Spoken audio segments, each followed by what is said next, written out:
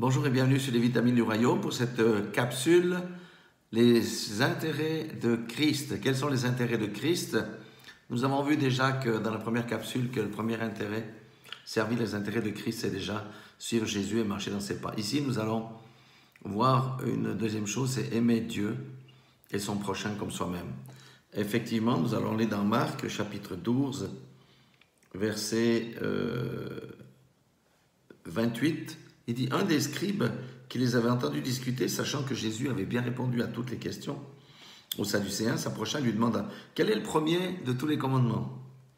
Et Jésus répondit, voici le premier, écoute Israël, le Seigneur notre Dieu est l'unique Seigneur, et tu aimeras le Seigneur, ton Dieu, de tout ton cœur, de toute ton âme, de toute ta pensée et de toute ta force. Et voici le second, tu aimeras ton prochain comme toi-même. Il n'y a pas d'autre commandement plus grand que cela. Amen.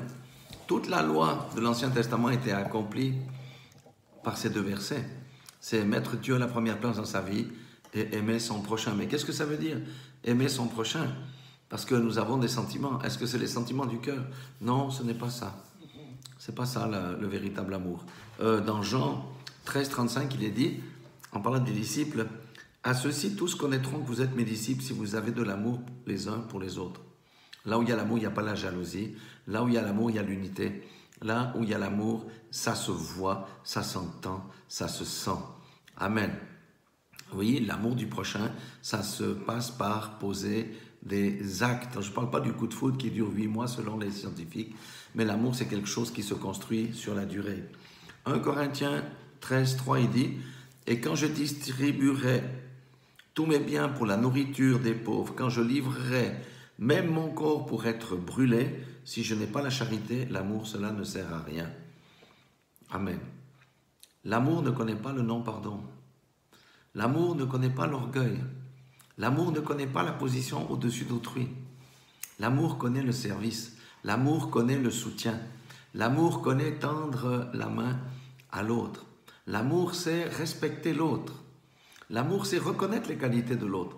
C'est toutes ces choses-là que fait l'amour. Et je terminerai ici par Matthieu 5, 44, où il est dit, « Mais moi je vous dis, aimez vos ennemis, bénissez ceux qui vous maudissent, faites du bien à ceux qui vous haïssent et priez pour ceux qui vous maltraitent et qui vous persécutent. » Dans l'Ancien Testament, c'était clair, c'était œil pour œil, dent pour dent, etc.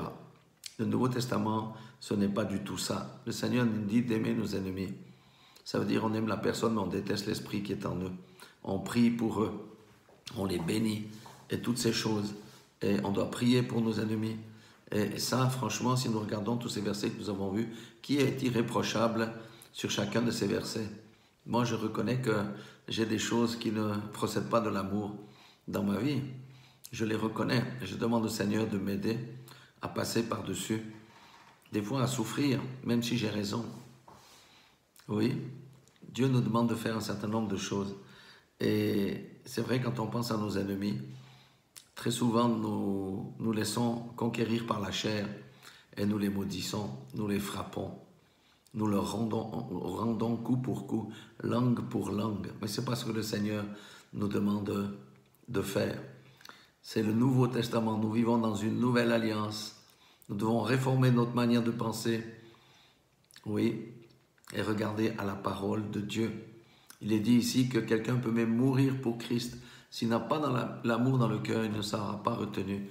Parce que s'il y a de l'amertume cachée au fond du cœur, le salut n'est pas pour cette personne.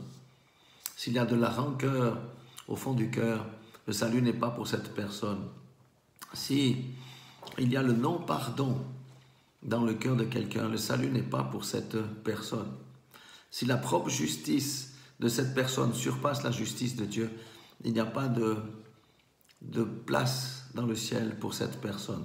C'est pourquoi le Seigneur nous adresse un appel urgent à réformer nos voies, à nous examiner, à voir si nous marchons dans l'amour, à voir véritablement si Dieu est à la première place, à voir véritablement si nous aimons notre prochain, et ça commence dans nos familles, et à voir comment nous répondons à nos ennemis, parce que nous sommes dans un combat. Voilà. Soyez tous bénis dans le nom puissant de Jésus-Christ, que le Seigneur nous aide par sa grâce et sa miséricorde à mettre en pratique sa parole afin que nous soyons de véritables disciples de Jésus-Christ. Amen.